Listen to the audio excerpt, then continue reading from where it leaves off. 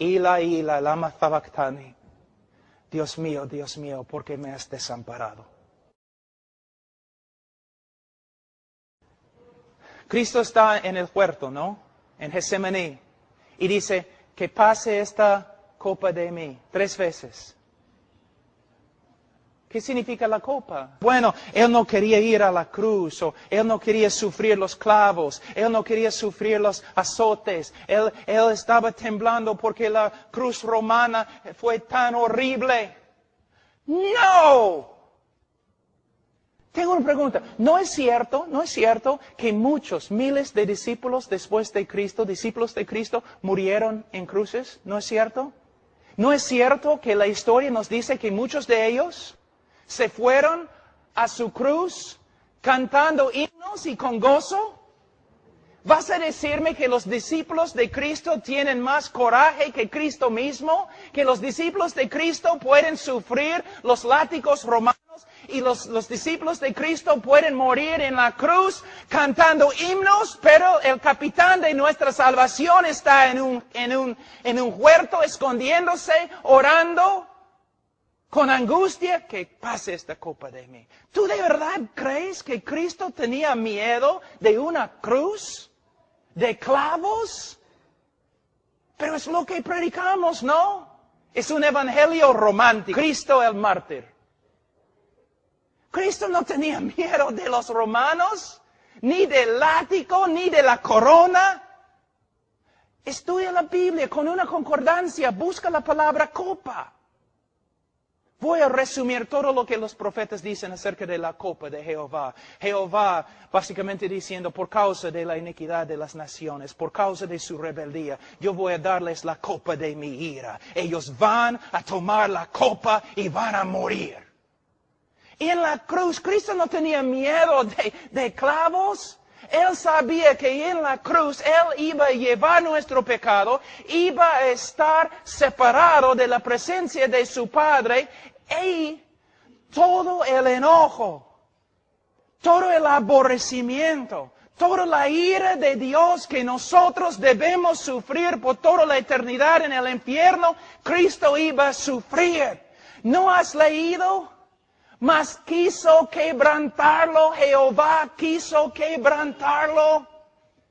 Alguien tenía que morir aplastado, quebrantado bajo la ira de Dios, separado de la presencia favorable de Dios. Allí es el Evangelio, allí se encuentra el poder de la cruz. En la cruz Dios quebrantó, derramó su ira sobre su propio Hijo para salvarte a ti de su ira.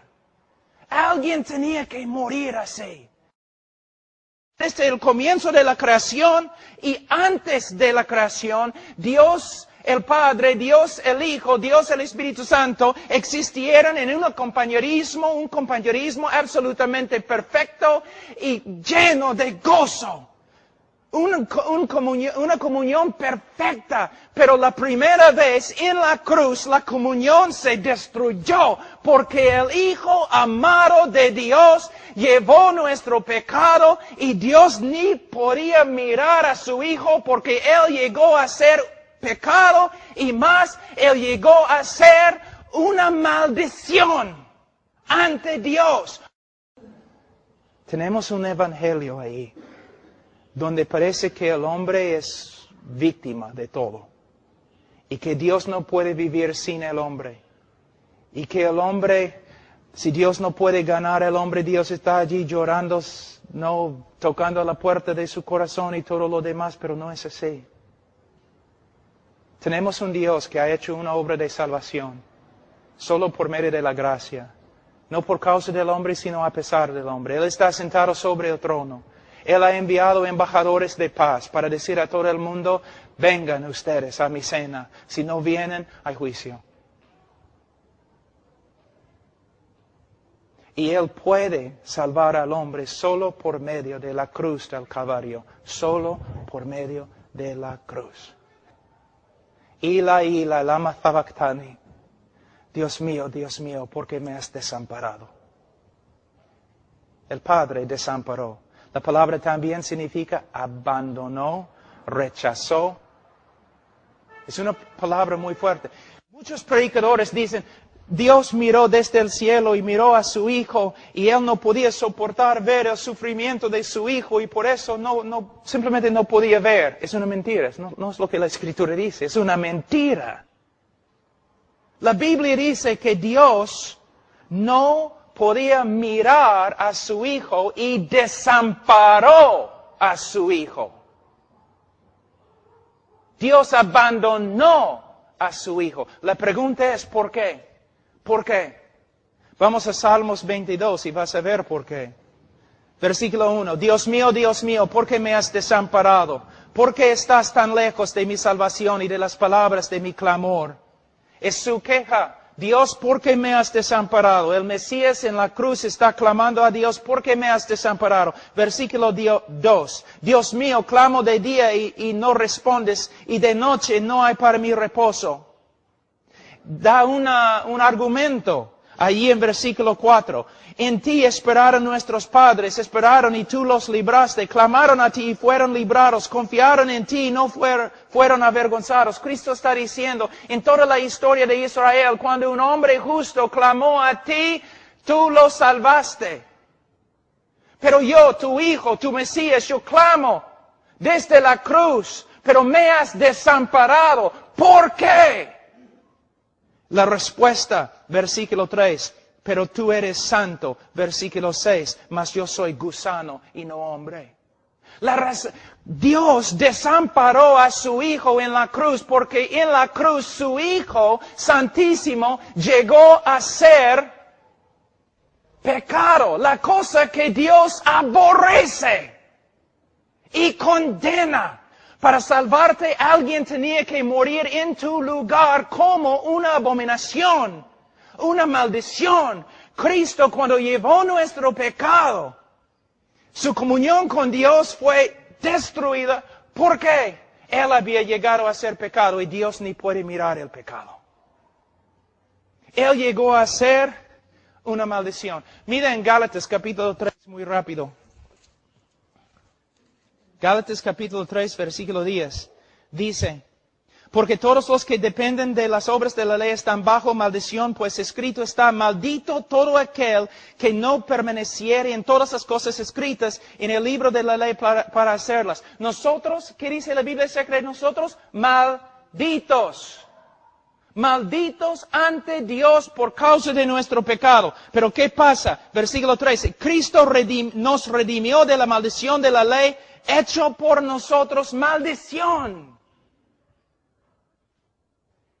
Cristo llevó nuestro pecado.